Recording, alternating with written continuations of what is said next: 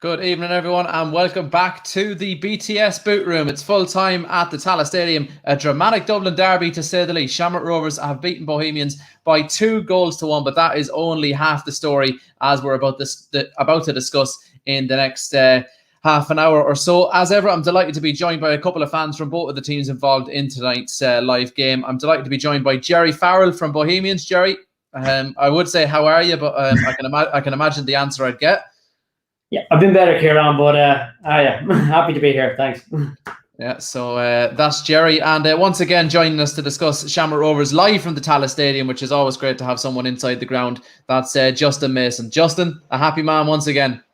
Very happy, Kieran. Very happy, yeah. Look, we were texting back and forth during that first half, and you said it was one of the most open Dublin derbies you've ever seen. Maybe the fact it was been played in front of no fans, a great open pitch there at Tallaght, as we know, probably contributed to the open nature of the game. Yeah, that's true, Kieran. I think it probably did help. In fairness to Bohs, like a lot of teams come to Tallaght, sit in, make it hard for Rovers. In fairness to Bohs, they came and attacked us tonight. Kieran Burke was very good down the left. Harley Q was very good for Bohs in the middle of the park. Keywar got into some very good positions, and Georgie Kelly was given the Rovers defence. He's very strong, and it was a great battle between him and the Rovers defence tonight. But then at the other end, Rovers were doing the same. Andrew and Burke were linking up really well. Aaron Green was getting into good positions. Dylan Watts. And that first 45 minutes, I think on the Rovers Bohs matches nearly 40 years, was probably one of the best 45 minutes I've seen between the two sides over the years. Jerry, look, let's cut to the main talking point in this game. Penalty, yes or no? No, not for me. No. I don't see where the contact is. I don't see where, like, I understand why he gives a red if he believes his contact and Finnerty's left hand back, but I can't believe that the ref and the assistants see that there is enough contact there for Mandrew to go down and for it to be a penalty. And that's enough contact, but Manus swinging a kick at Tierney's head or Hoare throwing an arm into a face of a Bohs player in the first instance isn't a free, and the second instance is only a yellow. Anywhere else in the pitch, that's not even given as a foul. And I don't know. I just don't know how that decision is right. And in fairness, I think the ref did a decent job for most of the rest of the game, but he kind of inserted himself there, and I'm disappointed. I have to say, when I was watching the game live, I thought it was a penalty, and then as soon as I see the replay, I know it's not. Not a penalty, definitely not a red card. Justin, you're in the ground. What was your initial reaction to it? I doubt you've had a chance to see a replay of it yet. No, I haven't. I have a friend who was a referee. He said it's a red card. I'd say a penalty, but never a red card. Look, Jerry, you might remember this day 2 years ago. Same end, same referee. He gives a penalty for Bohs when it hits Lee Grace in the face. So like it's exact same. This day 2 years ago, 23rd of April 2019. So look, yeah, I didn't. I thought it was a penalty, but I certainly didn't think it was a red card. But look, that's it was a strange decision. I thought. I actually agreed. I thought McLaughlin. I was fearful when I heard he was reffing during the week because he's done matches over the years, and I don't think he's been great with us.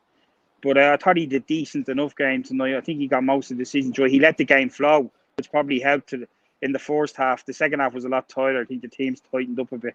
But I thought he did a decent game. But again, I'll have to see, lads, if I get a chance to watch the replay again. Yeah, I've just seen there's another replay playing in front of me here on RT. He's just given him a strong arm. It's never in a million years a penalty. Jerry, from just, I suppose, after the penalty is given, again, you've got to be disappointed James Talbot doesn't keep it out.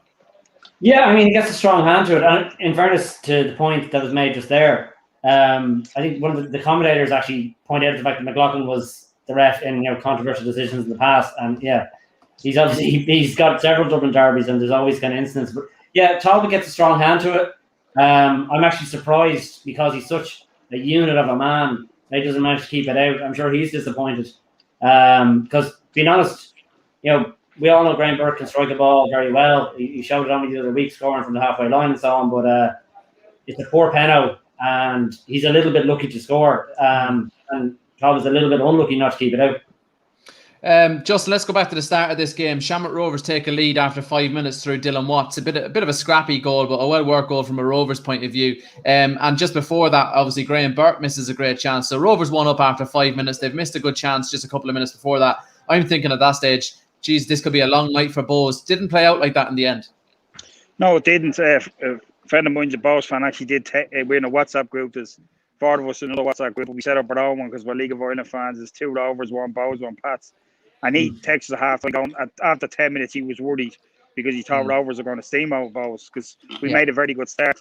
The chance Burke had, it's a lovely ball it's a lovely chest down by Aaron Green. Mandrew makes a very good one, plays a lovely ball across the grain. Burke, it's a good save by James Talbot in fairness to him. And then the goal, Dylan Watts does well. Good cross by Liam Scales. Green is unlucky not to score. But Dylan Watts just the ball paused perfectly for them and he banks in the rebound. But Bowes then came back into it and Liam Burke's miss. He really, I know he's a young lad, but he should be at least working Alan Manus there. And then they get a goal. It's a lovely cross by Cute. Rovers asleep at the back post, and in fairness to young Tierney, he came in the back and it was a nice header. And then the game opened, there was chances at either end, and then Aaron Green then missed a great chance. It was brilliantly well to get. It's a great ball by Chris McCann. It was really well to get the ball out of his feet, his first touch, to give him that chance to get. I think it was in around the back of Rob Cornwall, but his finish was really poor. He really should, like Board at the other end, he should have tested James Talbot. But yeah, it was a good start. But in fairness to Bowes, they really came back into it and deserved their equaliser when they got it. Do you feel? Sorry, go ahead. If you look at that equaliser as well, it's a great header by Tierney, who's not by any means the biggest player in the pitch. But the build up to that move is actually probably the best passing move by Bowes in the whole game. And I've been kind of a bit critical of the team that I think Keith Long has invested in a broader squad, especially in midfield where we have a couple of players for every position. But I think the result of that is we're not 100% sure exactly what our best 11 is. And, I think that shows this is probably our strongest 11. It might change slightly when Stephen Mallon gets back fit or Bastian Erie gets back fit and so on. But at the moment, that's our best 11. It shows what they're capable of when they get the ball down and play it. And it was great. And in fairness, Liam Burke having missed the entire goal, there, and I think he'd be head and hands after that. He does very well getting the cross back in. They're actually showing it again in RT there. He gets the cross back into the far post. And I have to say, Tierney really impressed me. He's been I know only a handful of games this season. He's been my player so far this season for Bowes because he is everywhere. This is a guy who pinned back Chris Shields in the Dundalk game and, was probably giving him nightmares. This is a guy who's, 20 years old. And he's like Andres Iniesta cross with a Jack Russell. He has no fear. He chases people down. But he's got he's not just, the Energizer Bunny. He's got the technique to back it up. And I honestly think if he was, a couple inches taller and a few pounds heavier, he probably would be in England at this stage. But he's a smashing little player. I've been watching him since he came through our under-19s. And for me, he's been our standout player so far this year. And he well deserves a goal. And so that's obviously my high point of the night. But, Yeah, look, I was going to highlight Ross Tierney and ask you a bit more about him, but you've summed him up quite nicely there. Justin, again, talking about the open nature of this game, do Shamrock Rovers look a little bit more vulnerable at the back so far this season than they did last year? Possibly. I think Joey O'Brien up in there is a huge miss. He organises the back three. To be at games last year when there's nobody here, you could hear Joey. He was even organising the midfield in the front too. But we did look a little ropey at times tonight, but I think you should give Bowes a bit of credit there. I think they came and they saw we can get at this Rovers defence. They probably saw what Dundalk did here 3 weeks ago, but still, one of Rovers' back five or his wing backs was man of the match in Scales. Liam was excellent tonight. He's I don't think we'll see him here much longer. I think he's getting better with each game, and some people try to judge him on the cup final last year, which is very harsh. That was his worst game for us last year. He was excellent all season last year, and he's picked up where he's left off this year, and he was really good tonight. But but I think we'll get better with that. The one good thing about this Rovers team, and I said it to you on Monday, Kieran, and I said it to you last week when I saw you here, they just have this knack of winning football games, and that's without playing well, and that's the sign. How many times? We've gotten over 5 wins this year. We've got three goals in games, 2 of them to win them. Dundalk did that 2 years ago in 2019. You probably remember against ourselves in Ardial. They scored something 4 minutes into injury time. It was only 3 minutes or something of injury time, and that's. I was there.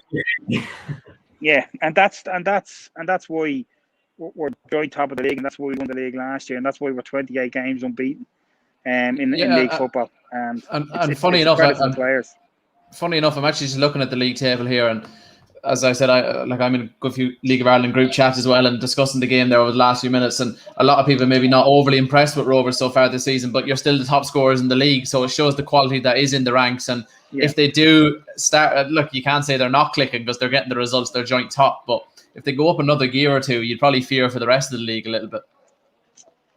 Yeah, but like that's not a guarantee either. Like Kieran, I don't think Stephen or the players will be thinking that. They'll be just thinking, knowing Stephen, they'll just be thinking Finn Harps next Friday. They're not thinking any further than that. And but it's a great sign for all of us Rovers fans that we just seem to have this knack of getting results in games that we probably don't deserve. Now tonight, I think a draw probably would definitely been a fair result. I think Bows put an awful into the game, as did Rovers, especially the first half. First half was one of the best. As I said, 45 minutes I've seen between these two sides in 40 years. Obviously, there's people older than me or younger than me, you might correct me on that, but I really enjoyed the first half. Trying to be as neutral as possible here tonight, which is quite difficult. The Rovers Bows game when you support one or the two, one or the other. But I think the start of the game where I don't know if it would have been that 45 minutes. It was great. It was, if you're a neutral watching that, fantastic game, full of excitement. But if there's 8,000 screaming fans baying for blood there, probably not. I think naturally the players will get nervous, will get more conservative, won't play that ambitious pass. And, we've all been, like, we live for those games, but, there are drab, if you're a neutral, they're drab and can be fairly unstimulating games, much as we love them, whatever. Yeah, no, look, I think that's a fair point. Would you agree, Jerry, it was probably Bo's best performance of the season? It's disappointing to come away with nothing in the end, but you mentioned the build-up play for the equaliser, fantastic, and there was 2 or 3 little passages of play like that from Bohemians tonight where I thought, that's the Bo's we saw last season, and hopefully, despite the fact they've gone down tonight, they can build on this now and start to show us more of the real Bo's. Yeah, absolutely. Look, I think we deserve a draw, absolutely. And, there's parts of the game where I was frustrated. There's parts of the game where our midfield was being bypassed. Early on, I was getting a bit frustrated with our back four, which I understand we have a big squad and we're changing players and we have good quality in most positions. So you have Feely who can come in for Lyons, you can have Bresman who come in for Wilson. But I feel that the back four are still getting to know each other because there's a couple of new players there. They're still getting to know each other. So I was getting a bit frustrated that we were giving the ball away a little bit cheaply at times. But absolutely, I think that's our strongest performance. I think that new team's beginning to gel. I have to say that, when Keith Long came in, every year he's had to replace our top players because they've always left to wherever, to other league world clubs, to England, whatever. And he's always managed to pull someone out of the fire. And look, Watts, Mandrew, they all were basically guys who were signed by Long after being released by English clubs and things like that. And plenty of others, Darragh Leahy, others and people like that. So this year, I think it's even harder because we've lost Casey over to the States, who was a rocket at centre-back last season. We lost our 2 wingers who kind of really informed our game. So we lost Twardick and we lost Grant. And we lost Andre Wright, who I think Georgie Kelly, apart from the fact that he's actually wearing the wrong boots in the first half, has actually improved and has grown his role as the season has gone on, albeit he missed a good chance. But I think Andre, we do miss him because his technique was very good in that he could hold the ball up and bring in the midfield players. He could bring in, the wingers coming into play and so on. That's all been upended. So we're still, I think, trying to find not only our best 11, but also trying to get those players who've been brought in to meld and gel a bit better. So I'm actually oddly optimistic in that there's signs of life there. I was disappointed in the result against Sligo the other night. I thought we were far off our best game, but we had made 6 changes to the team that played today. I think Long, now is the strongest 11 now. I hope that, with Malin and Heary coming in a few weeks' time or whatever, that again gives more options. So I'm cautiously optimistic. I don't know if we're going to do second or third again. I think we're really punching over our weight, and considering the players we've lost, I think we'll be pushing for Europe, but really, I think that's where we are this season, probably. Obviously, it's a much longer season. Last year was a bit, it's a half-long season, so you might have expected Rovers to have a wobble later in the year or whoever. That didn't happen because it was a shorter season. So this will probably tell us the true level we're at, I guess, is my take on it. And look, one of the players you mentioned there, Jerry, Georgie Kelly, he's a player that we're discussing on our podcast week after week. The three of us on the show have very different opinions of him. What did you make of his performance tonight? He played a crucial part in the build up to that equaliser. He plays a lovely diagonal across the pitch, and I've kind of been highlighting that on the show, that for me he's actually trying a little bit too hard. He's coming very, very deep at times and almost playing like a number 10, whereas for me Georgie Kelly is more of a traditional number 9, back to goal, feed it up to him, bring the wingers and the 10s into play, but he doesn't seem to be doing that enough for me at the moment. What did you make of his performance tonight? That's actually a good analysis, I think, Kieran, because there's a couple of times in the game you probably saw the first player forward was Tierney, who's effectively supposed to be in that 10 role. Tierney obviously doesn't have the same physique as Georgie Kelly, and he's the one trying to hold the ball and play the deeper players into possession. I think he's gradually improved. I think his first game wasn't great. I think he's gradually improved. Look, I think he should have got a goal tonight, but I think he's been a good focal point for an attack. I do think that maybe we're a bit light in options. The other kind of strikers we have in the squad, Thomas O'Machere, Bradley Rolfe, and Thomas Alua, are all, I think the oldest of them might be 20. So they're all very inexperienced. Rolfe, I don't know if he's played a senior game. We have him on loan from Peterborough, I think. Thomas Alua played a handful against the Rovers last season. And Thomas O'Machere is coming back from a long-term injury, haven't played a handful of games last season, mostly as a winger as well. So there's a lot riding on Georgie Kelly's shoulders. I think he's gotten better as the season has gone on. And look, I'm optimistic. He's got his first goal from that panel, and I think he'll get better. And I know a lot of people's view is maybe covered by he didn't have a great season last year. A lot of Pats fans were very critical of him, and understandably so. But I think he's done okay, and I think he'll get better.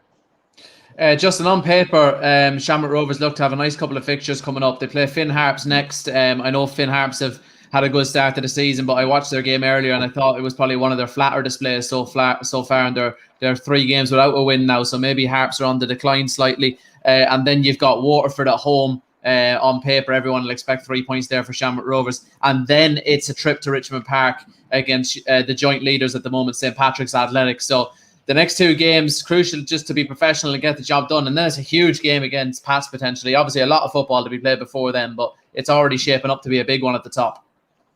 Yeah, on Saturday, the 8th of May. Yeah, I mean, for next week's game, Kieran, even when Finn Harps are struggling, it's always a tough place to go, Ballybuffet.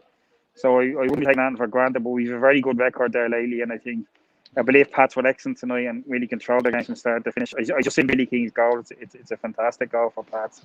As for the Waterford game, look, we see the shenanigans and all that. It's like a soap opera down by the banks of the shore. And I family from Waterford, and my cousin, even though he's born from Dublin, his dad is from Waterford, and he's a Waterford fan, and he's just totally disillusioned with what's going on at the moment, and he's just kind of a joke. But on the pitch, things could be different. Waterford could come here, play well, get a goal, defend for their lives, or play the way Bows did tonight and get a victory. So you don't know, but I think it's people are probably looking at that Pats game, but I think Pats are Sligo before that, don't they? I think I'll have a quick Google. Here. Because if they do, that's going to be a cracking game as well. Because if Sligo to beat Derry tomorrow night, they'll join Rovers and Pats at the top. So Pats and Sligo, it's either next week or Monday week. That's going to be a Monday cracking week, game as well. So so like Pats will do 2 in the top 3, like 2 in a row. That's going to be a couple of great games. So look, it's what we want. I think no one Bows did well up to a point last year, staying with Rovers. I think once Rovers beat them, Jerry might disagree with me here in September. Rovers sort of pulled away from them, but Bows still really did well to be clear second place. And the year before, Dundalk went on that unbelievable run where they won 22 games out of 24. You don't want the team winning away with the league. You want to have it competitively. Now, obviously, if it's your team winning away with the league, you go, oh, well, it's okay. But for the league in general, you want a close competitive league. And at the moment, after near the 4th round of the game's nearly over, we're certainly getting that. Yeah, and Jerry, Bo's already 7 points off the top 3. Now, look, I know traditionally essentially almost over the last decade, a top 4 finish has been enough with cup results. But just to be sure, we'll look at the top 3 for now. And Bo's already 7 points off the pace, and Sligo have their game in hand tomorrow. So a little bit of work to do after this slow start, it's fair to say. Yeah, no, absolutely. But like I said to you, I think we probably overachieved to an extent last season, and it was kind of a unique set of circumstances. None of us were prepared for a half-long season and so on. The year before, we did great. We finished third. We got Europe, and we had good performance at Ferrovar. I think I was talking to another Bose member at only the other day about this. I think we're slightly off that in terms of regular being guaranteed for being fighting for that European place. I think we will improve. I think we actually will become a bit more cohesive in the next couple of weeks, and I think we're slowly showing that. I think the wins, albeit they weren't great games against Dundalk and Waterford, kind of showed there was a bit more cohesion coming in. Disappointing against Sligo. Decent performance tonight, albeit we're unhappy with the result, of course. But being honest with you, I think we could finish anywhere from third to sixth on the current form, things like that. There is plenty of competition there. While I think Justin's right that Rovers are kind of pulling away now. I was kind of thinking at the start of the season, you know what, maybe, just maybe, Dundalk will click and they've signed a whole load of lads and maybe they'll just find their feet and get off the ground running, but they obviously haven't. Pats have been very strong, but I think Pats have a very good first 11. I don't know if they get injuries and suspensions. I don't know if they have. Yeah, I was actually at a press conference with Stephen O'Donnell during the week, and I asked him about the squad depth, and he said, "Look, we have a lot of quality in the squad, but we haven't got the biggest squad in the world. So if they do get a couple of injuries, you might just be worried about them. But in terms of players they can pick from at the moment, when everyone's fully fit, then there's no reason they can't go with Rovers for a long way this season." But that's a very fair point you make about the size of the squad. I think Sligo was the same. Sligo have an excellent first 11. I'm not sure about the depth they have, but a lot of young lads kind of as backup. I think Sligo will be thereabouts pushing for Europe as well. And I think probably the league itself is stronger in that the weakest sides in the league are probably stronger than the weakest sides last year, if you get me. Yeah. And just on Bo's upcoming fixtures before we go, Derry at home next, and I suppose before maybe the news today of them getting a new manager, you would have looked at that game and said, right, Derry are struggling, we'll fancy our chances at home, but now Rory Higgins comes in there, maybe to get a new manager bounce, that's a difficult game. Then away to Drogheda, who've had a good return to the Premier Division, and then you've got a home game against Harps, but you'd probably like to think Bows can pick up maybe 6 points from those games, and then a trip to Longford as well before they take on St. Pat's. So look, again, if Bows can bring the sort of performance that they showed tonight into those next 4 games, we could be looking at a very different league table in a month's time. Yeah, absolutely. Look, although knowing our luck, we'll probably Dinny Corcoran will score a last-minute winner for Drogheda. Rory Higgins, I think, was probably one of the worst signings we ever made during the time we were splashing cash we didn't have. We owe him one, at least. Albeit that he's apparently a very astute analyst and coach and things like that. Longford, we squandered a lead against them. We owed them one, so look, it'll be either be famine or feast. I don't know which. I'm hopeful, but not expectant. Put it that way. Yeah, look, as we said there, you're probably more optimistic though after what you've seen tonight that Bows can. Yeah, I think so. I think we're beginning to find our form and begin to find our best 11, and I'm cautiously optimistic. Just before I let you go, Justin, as I said, you're at the ground, so obviously you've had a bird's eye view there tonight. We've had a comment in from a Bows fan, Brian Sheehan. He's criticising Scales been named man of the match. He thought it was Ross Tierney. Who would you have given man of the match to tonight?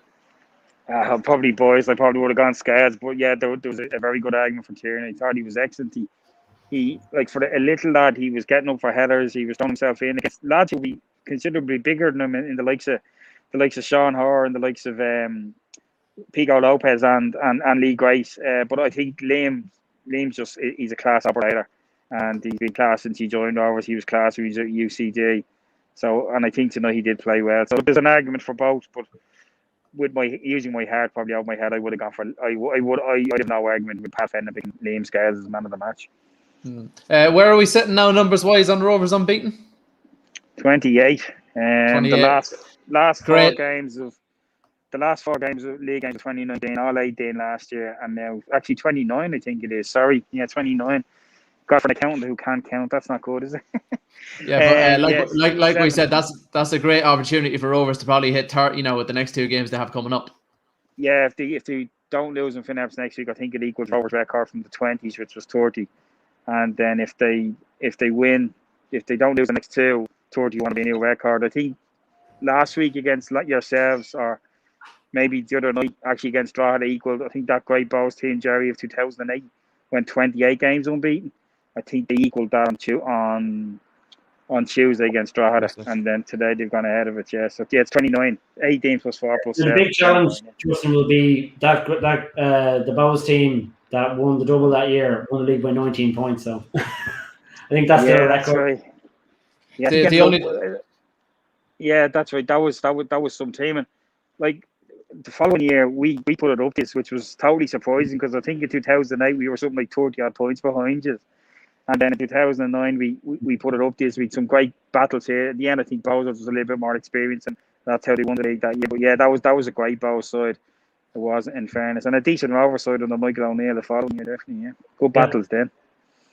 Yeah, some great memories for sure. And thanks to everyone sending in comments. Keep them coming over the next couple of minutes. We're wrapping up very shortly. Just a couple coming in on Liam Scales there, Justin. A comment here from James Donnelly.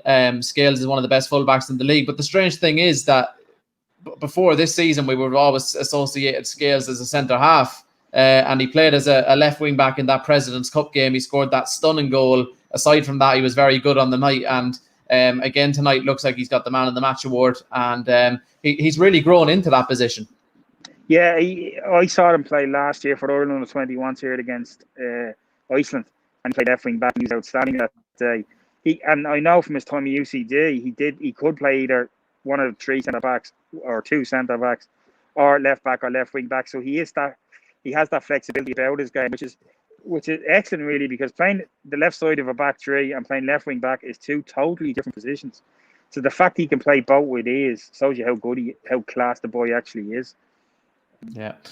Justin, brilliant as ever having you live from Tallaght Stadium. Well done tonight on the win, and thanks for joining us. Thanks for having me, Kieran. Thanks, Jerry. Talk to you soon, lads. Take care. Bye-bye. Jerry, I suppose commiserations, but thanks a million for joining us. You've been very good with your time, and best luck for the rest of the season.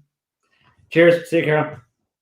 So that was Jerry and Justin tonight to discuss the result from Tallaght. Shamrock Rovers 2, Bohemians 1. Just for anyone that missed the other scorelines before we go tonight, Pats were 2-0 winners away from home against Finn Harps, and they were thoroughly deserving winners as well. Billy King and Matthew Smith with the goals there for the Saints, who are joint top now with Shamrock Rovers. Athlone Town, their fantastic start to the First Division continues, and a goal from ex-Longford man, good friend of mine, Jamie Hollywood, after 18 minutes. James Duna continues his fantastic start to the season down in Athlone. He put them 2 up after 76, and Shane Barnes, the former Cabinteely striker, made it 3-0 with a couple of minutes to play. So a 3-0 win for Athlone tonight, and I believe, Athlone a couple of points clear of Shelburne at the top now early on in this First Division season. Cabinteely 1, Shelburne 3. Michael O'Connor from the penalty spot, Shane Farrell and Kevin O'Connor had Shells 3 up before a late consolation goal from Cabo. And Galway, their stuttering start to the season continues, but of course they did get the 3 points in that game against Cabinteely, but they drew 2-2 tonight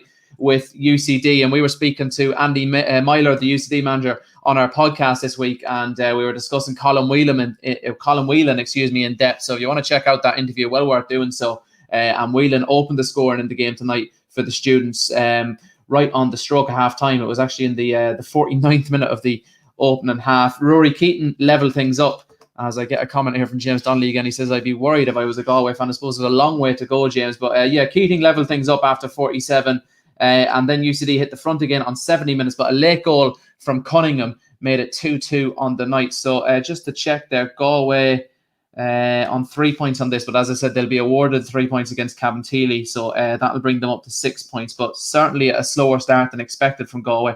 And what a result this is in the one of the many Munster derbies in the First Division. Treaty United have beaten Cork City by 2-1. O'Donnell opened the scoring for Treaty after 31 minutes. Cian Coleman made it 1-1 after 40 minutes. And Matt Keane won the game famously for Treaty United on the 78th minute. So Treaty, that's their second win of the season, having beaten Wexford as well. And they're still unbeaten, Treaty. After 5 games, they sit on 9 points. So they're just 4 points off the top team at Lone. Maybe they could be unlikely contenders for the playoffs this year. But that's what's happened tonight in the League of Ireland. Obviously, we've got action coming your way tomorrow in shape of the Premier Division. I'll be down in Waterford for Waterford against Longford Town.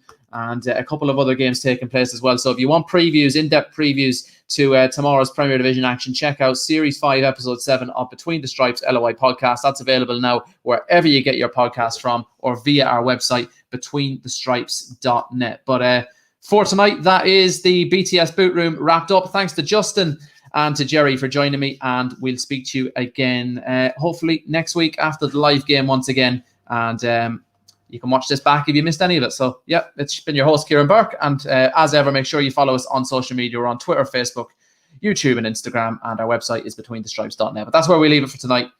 Good night. God bless.